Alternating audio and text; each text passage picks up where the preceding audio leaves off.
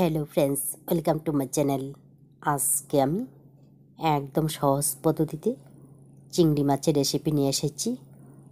এইভাবে পেঁয়াজ রসুন ছাড়া চিংড়ি মাছ রান্না করে গরম গরম ভাতের সঙ্গে খেয়ে দেখবেন ভালো লাগে। তাহলে চলুন দেখে নিই একদম সহজ পদ্ধতিতে কম সময়ে কিভাবে চিংড়ি মাছ রান্না করব। প্রথমে গ্যাস অন করে কড়াই গরম করে নেওয়ার পর এর মধ্যে দিয়ে দিলাম সর্ষের তেল। তেল ভালোভাবে গরম হয়ে গেলে লবণ হলুদ দিয়ে মাখিয়ে নেওয়া 200 গ্রাম চিংড়ি মাছ দিয়ে ভেজে নিচ্ছি।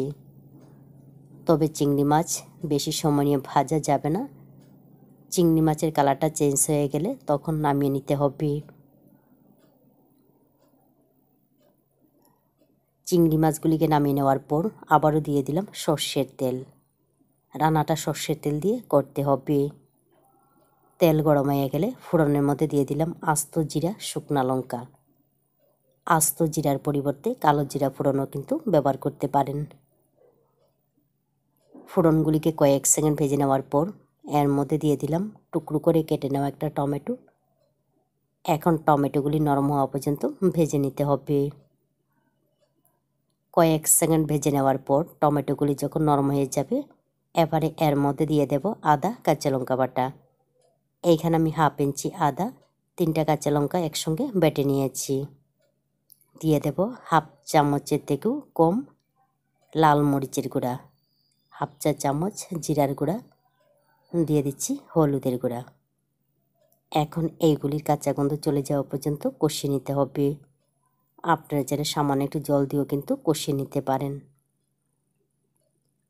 মশলাগুলিকে কষিয়ে নেওয়ার পর এবারে এর মধ্যে দিয়ে দেব 1 কাপের মতো নারকেলের দুধ। তো এর মধ্যে হাফ চা চামচ ময়দা মিশিয়ে দিয়ে দেব। এইভাবে যদি ময়দা বা কর্নফ্লাওয়ার মিশিয়ে দেওয়া হয় তাহলে নারকেলের দুধ কেটে বা ফেটে যাওয়ার সম্ভাবনা থাকবে না। এখন এইগুলিকে ভালোভাবে মিশিয়ে নিতে হবে। তবে রান্না করে নেওয়ার পর এতটা ঝোল থাকবে না, একদম শুকিয়ে যাবে আর কালারটাও কিন্তু খুব সুন্দর হবে। তো টকবক করে যখন ফুটে উঠবে এবারে এর মধ্যে দিয়ে দিলাম ভেজে নেওয়া চিংড়ি মাছ, পরিমাণ মতো লবণ, ফ্লেভারের জন্য 2টা আস্ত কাঁচা লঙ্কা, দিয়ে দিচ্ছি 2 চিমটির মতো শাহি গরম মশলার গুঁড়া। এইগুলিকে মিশিয়ে নেওয়ার পর আবারও ঢাকনা দিয়ে রান্না করব ঝোলটা ভালোভাবে শুকিয়ে যাওয়া পর্যন্ত। কারণ এই রান্নার মধ্যে ঝোল থাকবে না, গায়ে মাখা যাতে থাকে এমনভাবে রান্না করতে হবে।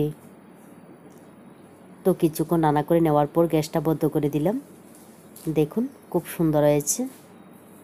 গায়ে মাখা যাতে থাকে ঠিক এইভাবে রান্না করতে হবে।